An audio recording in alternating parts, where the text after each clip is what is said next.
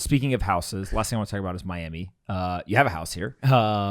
You are one of many people who came to visit. I think kind of as like, let me go check this out. Let's see.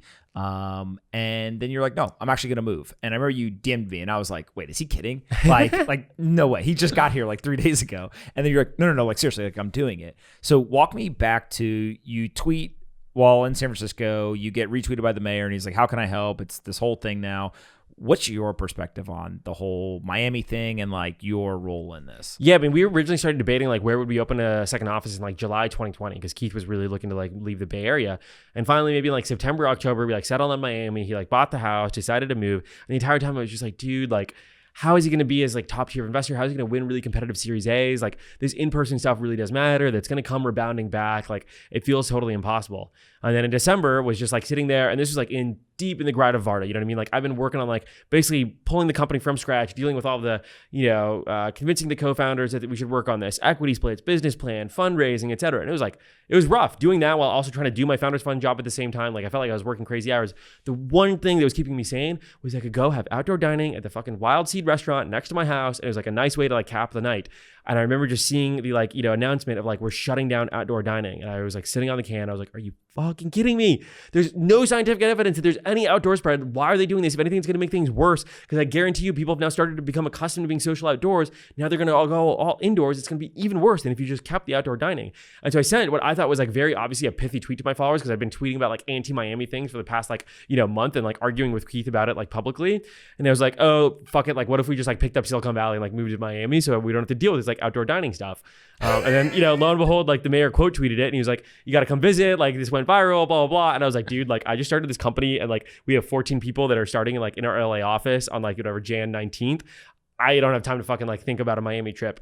But anyways, Varda sort of got off the ground. We got everybody onboarded. We had this first, board meeting early March. And like Keith's birthday was like, second or third week of March. And I was like, maybe I can afford to go like visit Miami for a week, go check it out. And I remember talking to my girlfriend like that Sunday before we arrived. We're like, there's no fucking way we're moving. Like Varda's in LA, like all my friends are in San Francisco. Keith's totally wrong about this thing. Like there's no way. And then over the course of the week, a couple cracks started to appear in my argument. Like, on Wednesday, I remember like going out to dinner with Keith and just like looking around the restaurant and being like, Jesus, like this is like the Deck, which is like this, restaurant that's actually like pretty close here. And I was like, this is a more vibrant and happy and like laughing like lifestyle and vibe in this restaurant than like even like the best restaurant, and like choose your favorite evening in San Francisco, whatever you want, New Year's, anything. It is like less fun and less happy than like how happy I feel right now. And I care a lot about being happy because I think it does make you like work harder. And I found that in Miami that I work a lot harder. And then the following night, I went to this like tech party that you were also at, like whatever in March, where I just walked in the room and I remember just being like, oh my God, there are more top tier VCs, builders, like, engineers, founders in this room than what I've seen in San Francisco for years. San Francisco used to have these like very fun, ostentatious parties. Like I remember in like 2014, 15, going to these like crazy pool parties in Woodside. You'd see like everybody, all these types of builders. And like, it sounds kind of silly, but I actually do think those parties are important because like those spontaneous interactions sometimes lead, somebody who maybe works in space to talk with a D2C e-commerce thing. And turns out there's actually some sort of collaboration. And like when those sort of parties started to get canceled over the course of like, cancel culture in San Francisco, you just lost out on that. And so people didn't have these like spontaneous interactions nearly as often. And I do think that's quite important. Like I remember from that party in March, I know that like 6 or 7 investments happened, like multiple deals got signed, like a lot of things happened from that party. And I walked in and I sort of like, I said it originally as a joke to a friend, but then the moment the words left my mouth, I was literally like, I don't know how the fuck I'm getting on that return flight to San Francisco. And the moment that hit and I said it, and like I had not been thinking about it until that moment. And then I said it and I looked at my friend. I was like, oh my God, I'm moving to fucking Miami, aren't I? I was like, I think I am. And then Nadia, by the way, my girlfriend, was having a completely like parallel experience where she had actually left Miami for 2 days to go to Disney World with all of her friends. And I kind of describe her as like, she's much more in like the public intellectual writer, researcher, like much more, creative than I am. Much smarter than I am. She was having this parallel experience where one, all of her like friends had already moved to Miami. And she just felt like her like creative energy was so much more unlocked by being in this place that was much more intellectually diverse, physically diverse, so many more colors and beauty than she was seeing in San Francisco. And so she had actually been having this whole discussion with her friends as she was driving back down from Disney World for like this dinner that we were going to have Friday night together, where she was like, oh my God, I need to have this like very serious conversation with Delian where like I want to spend more time in Miami because I'm really happier here and I'm enjoying it here. And I know he really loves San Francisco, but like I can't go back to San Francisco. I need to be like spending more time here. And she like arrives at dinner and it's like, Delian, I think we should spend more time in Miami. And I just like replied to her, I was like, I think we should just move to Miami. And she was like, what? I was like, I think we should just move. And that was literally like, we basically like didn't talk about it after that. We were like, great, we're moving to Miami. That was like it. That was the extent of the discussion. Then Sunday morning we woke up, took a Vespa around the city, went to a couple open houses and basically like bought the like, second house that we visited. And we were like, great, put in the offer the next morning and, started planning the move. And that was the extent of it. 48 hours from, deciding to moving. What was Keith's reaction when you told him? He was at first, I think, like almost like in disbelief that it happened. But there was actually a sort of nice text that I got where the actual moment that I texted him that we got the offer accepted, he actually happened to be on a Zoom call with a like mutual friend of ours. The mutual friend said that like that was like the happiest he'd ever seen Keith in a long time. So it was nice to get that text. I feel like he really stuck his neck out there, like put his reputation on the line and said, hey, like this is real. And your story is very common where even myself, I came because I just wanted to get out of New York for a weekend. Right. Yep. And then I was like, wait, this is like weird. Like, I think it was, Mateo and Alex from 8 Sleep, Steven from Cameo, Keith, like there was and I was like, wait a minute, like there's way more people here than I thought there were. And then we came back the next weekend, for a whole week. And I was like, are we going to do like, you almost are like, am I getting tricked? Like what's the catch? Exactly. And then it's funny you say happiness because that's how I describe people. I say I'm happier in Miami. And that encompasses a whole bunch of different things. I don't know if it's the sun, if it's the people, if it's just the environment, if it's the diversity of, kind of this is like the capital of South America, as some people describe it, whatever it is. I do feel like people are happier and there's higher energy. And some people will look at that from a work perspective and say, hey, I work harder. Some people just look at it like it's a higher quality of life.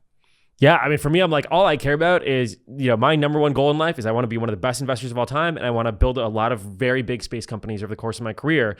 And when I'm happier, I just work harder. And so I just like can't imagine like ever deprioritizing that and like moving somewhere elsewhere than Miami. Cause it's just like, there's no fucking way. I like work harder here than I did in San Francisco. Moving back would involve like compromising my productivity. And I have like zero willingness to do so. And then, yeah, also it turns out like the weekends are a lot more fun. And then like part of the reason I'm also much more productive is like I'll work a 12-hour day. And then like, in San Francisco, if it was 9 p.m., it's like, you're going home, all the restaurants are closed, you're Uber eating like some shitty burrito and like you're watching Netflix with like your girlfriend versus here at 9 p.m. it's like, I can go to Mila, I can have a quick like 1 hour meal. And by the way, there's like fire dancers, a DJ, I'm having a great fucking time. And like, what I've realized is like, this took me a while to figure out how to articulate like why it was so refreshing. It's because when you're in that like burrito Netflix watching mode in San Francisco, it's kind of still like the same Delian that was like the work Delian. Like it's not like changed versus 15 minutes or so into Mila, like for sure, the first 15 minutes, I'm still kind of in work mode. And then at some point you just like have so many people laughing around you and the lounge music and the fire dancers that about like 20 or 30 minutes in, you just kind of transform into like what I call like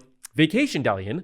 And it's like you're happier and you're excited and all the stress and like the shit that you had to deal with all day like totally melt away. And just being able to sort of have that like literally like daily reset of like having everything just totally melt away allows me to like then approach the next day, I feel like with a much fresher, clearer mind and like work super hard again. Everyone in San Francisco knows the tech industry is there and everyone's in tech. And therefore, like you go to the bar, everyone wants to talk about work stuff, right? Especially if you're public on Twitter. Like if somebody sees you at the bar, like, hey, let's talk about this. Oh, space, Founders Fund, whatever. I got a startup. Let me pitch you. Like all the craziness.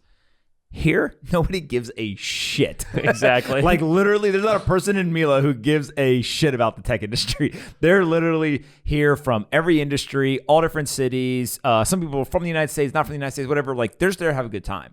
And I think that's what you're kind of getting at is like you don't feel like everywhere you go from the coffee shop where you see all the VCs and founders to then work to then you go to a restaurant and then you go home and you do it all over again. Like it's just you just are seeing the same people that are in the same industry over and over and over again in San Francisco. And Miami is completely different. There's such a melting pot here in so many different ways, right? Like I love the fact that you have people that are like Barry Stern, like one of the best real estate investors, operators of like all time. You have Thomas Bravo, one of the best PE firms of all time. You have like Antonio Gracias, one of the best deep tech investors of all time. And you have Keith Redboy, one of the best like fintech, healthcare tech, like, more consumer venture investors of all time. those never were ever like, it was impossible to get all 4 of those types of people in one room anywhere in the world, because like the likelihood of them actually coordinating travel or going to the same conference was quite low. Whereas in Miami, that happens all the time. So you both have this like intellectual melting pot, but then obviously also you have the like cultural, like diverse melting pot. Like what I love about Miami is like nobody's talking about race, because there's just so many different people from so many different types. Like why, like nobody, it's not even, it'd be like ridiculous to even like talk about it. Versus I went back to like San Francisco this past weekend for like a friend's birthday, and I remember it was like shocking to me. Like I walked on Chestnut Street literally for like 5 minutes, and like the thing that just kept going through my head, I was like, there are so many fucking white people here. And I never appreciated it until like now living in Miami, where like now it just feels like so jarring, where I'm like, oh my God, I just like my olive skin does not fucking fit in here. And now I get why I feel so much more relaxed in a city of immigrants that is much closer weather to Bulgarian weather, where like nobody asks me who I am, where I'm from, etc. Because like it doesn't fucking matter. Everybody's got a weird name and has a weird accent and like has, you know, weird colored skin. And so it doesn't fucking matter. Nobody's going to ask you about it. Nobody's going to judge you based off it. Versus in San Francisco, they're all fucking looking the same, and they're the ones that are constantly talking about like racial politics, blah, blah, blah, critical race theory. And it's like the only reason you guys are talking about that is you all fucking look the same. I wish I had a microphone you could drop.